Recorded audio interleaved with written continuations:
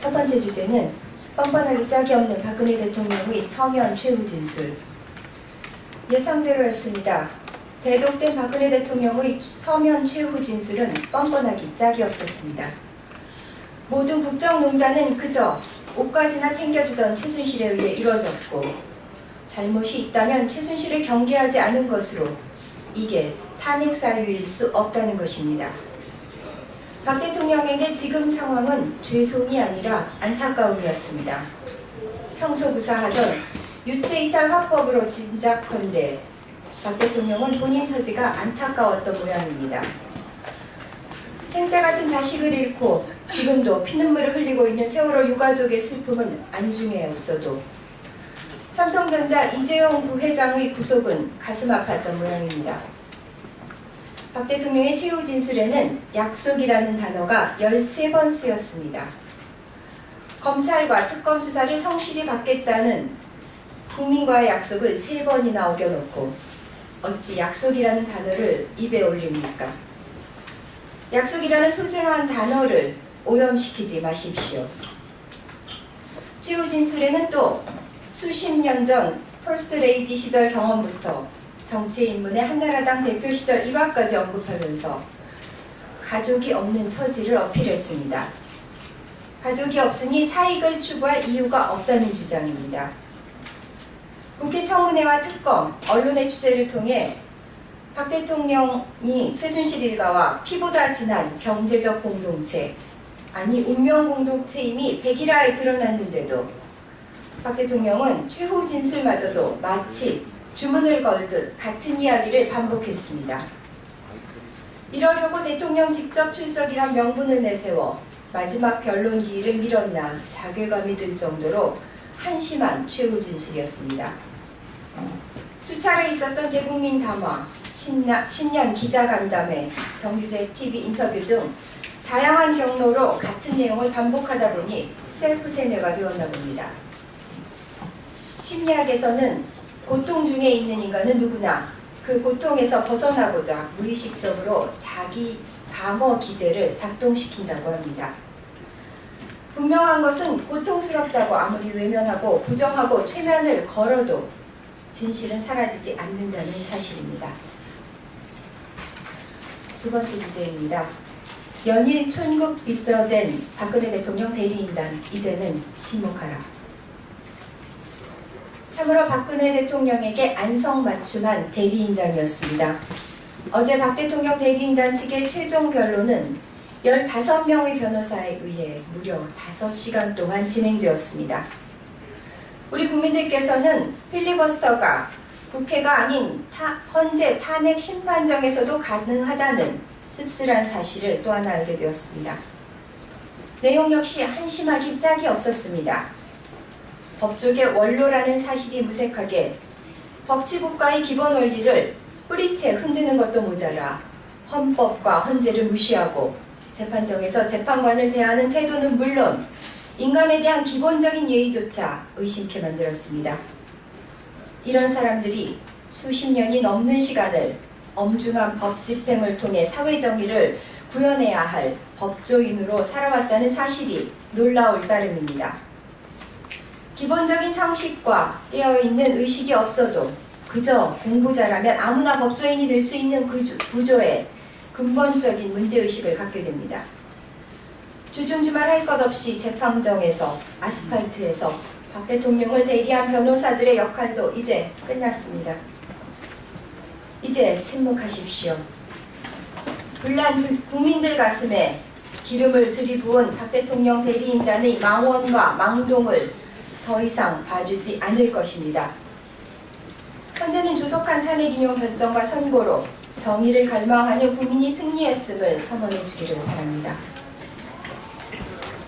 세 번째 주제입니다. 진격의 박영수 특검, 헌신한 지난 90일에 뜨거운 박수를 보낸다. 박영수 특검이 오늘로 수사를 종결합니다. 유례 없는 국정농단 수사를 맡은 특검은 90일이라는 짧은 기간에도 불구하고 적지 않은 성과를 올렸습니다. 문학의 블랙리스트 수사를 필두로 정유라 2대 입시 및 학사비리, 전경련을 통한 대기업 강제모금과 박근혜 대통령의 노후, 최순실 일가의 사익과의 연결고리 등 특검 전에는 혼미했던 박근혜 최순실 게이트의 윤곽이 특검을 통해 상당 부분 드러날 수 있었습니다. 왕 실장 김기춘, 대통령의 여자 조윤선이 구속되었고 유철균 이대 교수와 최경희 이대 총장도 구속되었습니다.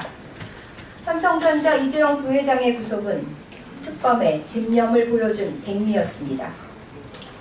국회 청문회에서 발뺌과 모르쇠로 일관했던 주요 증인 참고인들이 특검에서는 술술 털어놨고 안종범 전 수석의 추가 수첩 39건과 총 6개월간 570차례 통화한 박 대통령과 최순실의 차명폰을 입수한 것도 특검의 수사력을 증명했습니다. 물론 아쉬움도 큽니다. 무의에 그친 청와대 압수수색과 대통령 대면 조사는 박 대통령과 황권한 대행의 비협조로 진행되지 못했고 대기업 강제모금과 관련하여 삼성을 제외한 다른 기업의 수사는 시작도 하지 못했습니다.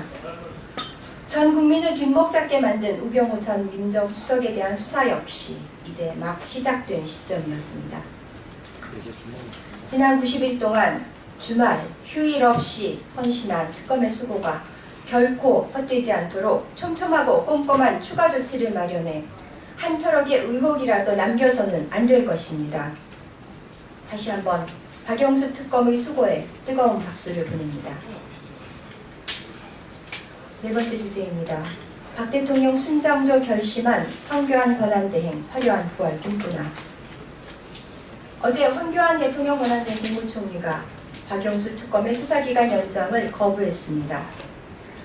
박 대통령의 마지막 호위무사로서 순장조의 길을 걷기로 결심한 모양입니다. 그 스스로 검찰 출신이면서 당연히 승인해야 할 특검의 수사기간 연장 요청을 거부한 것은 황 권한대행이 이미 공직자가 아니라 정치인의 길을 가고 있다는 방증입니다. 대선 출마의 기회를 엿보고 있는 황 권한대행으로서는 바른정당이 빠지기는 했지만 야권의 자신에 대한 탄핵 결의가 내심 반가울지도 모를 일입니다. 울고 싶은데 뺨 때려주는 격으로 황 권한대행은 자연스럽게 탄핵당한 후 대선에 출마하는 기회로 삼을지도 모르겠습니다. 처절하게 무너져 내릴 것이 뻔한 박 대통령과 철저하게 같은 길을 감으로써 황 권한대행은 수구 세력을 등에 업고 화려한 부활을 꿈꾸는 것 같은데 언감생심 꿈도 꾸지 마십시오. 박근혜 정부에서 국무총리로서 국정농단에 부역한 죄, 대통령 권한대행으로서 연일 펼치는 대선 행보, 그리고 진격의 특검을 멈춰 세운 어제의 결정까지 빠짐없이 역사에 남겨질 것입니다. 인간의 시간은 짧지만 인간의 시간이 모여 만든 역사는 영원합니다. 마지막 주제입니다. 지금은 황교안 권한대행의 만행을 규탄하고 특검 연장을 위해 힘을 모아야 할 때입니다. 국민의당이 어제에 이어 오늘도 황교안 권한대행의 특검 연장 거부는 민주당의 책임이라고 주장했습니다. 유감스럽습니다. 당시의 총리 교체 카드는 박근혜 대통령이 자신에게 쏠린 각종 의혹과 책임론을 다른 이슈로 전환시켜 국회에서의 탄핵소추안 가결을 피해보고자 던진 타협안이었습니다. 총리 교체 조건을 수행했다면 탄핵은 어려웠을 것입니다. 총리 교체가 탄핵 철회를 조건으로 한 것이기 때문입니다. 총리 지명과 인사청문회 과정에서 야권은 분열하고 의혹은 분산되고 탄핵은 동력을 잃었을 것입니다. 따라서 총리 교체를 거부한 것은 탄핵으로 가기 위한 고육지책이었습니다. 국민의당의 선 총리 후 탄핵에 대한 아쉬움은 이해하지만 그 시점에서는 탄핵 가결 그 자체가 가장 중차대한 문제였습니다. 이제 와서 사실관계를 부정하거나 왜곡해서는 안 됩니다. 더욱이 지금은 남탓과 뒤늦은 책임론으로 야권이 공방을 벌이기보다는 황교안 권한대행의 이의치 만행에 대한 책임을 묻고 특검이 계속 수사를 이어갈 수 있도록 힘을 하나로 모을 때입니다. 이상입니다. 감사합니다.